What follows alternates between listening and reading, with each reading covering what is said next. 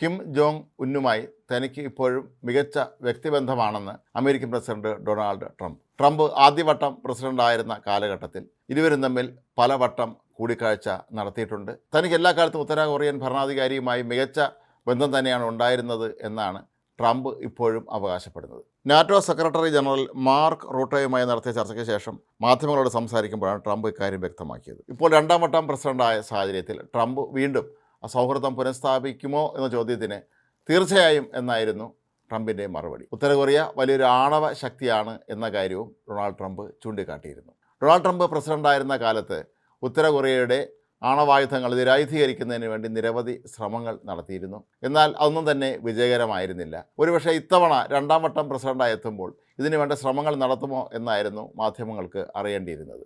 American വിദേശകാര്യ സെക്രട്ടറിയായ Marco Rubio കഴിഞ്ഞ ദിവസം തെക്കൻ കൊറിയയിലെയും ജപ്പാനിലെയും വിദേശകാര്യ മന്ത്രിമാരുമായും ഇക്കാര്യം ചർച്ച ചെയ്തിരുന്നു.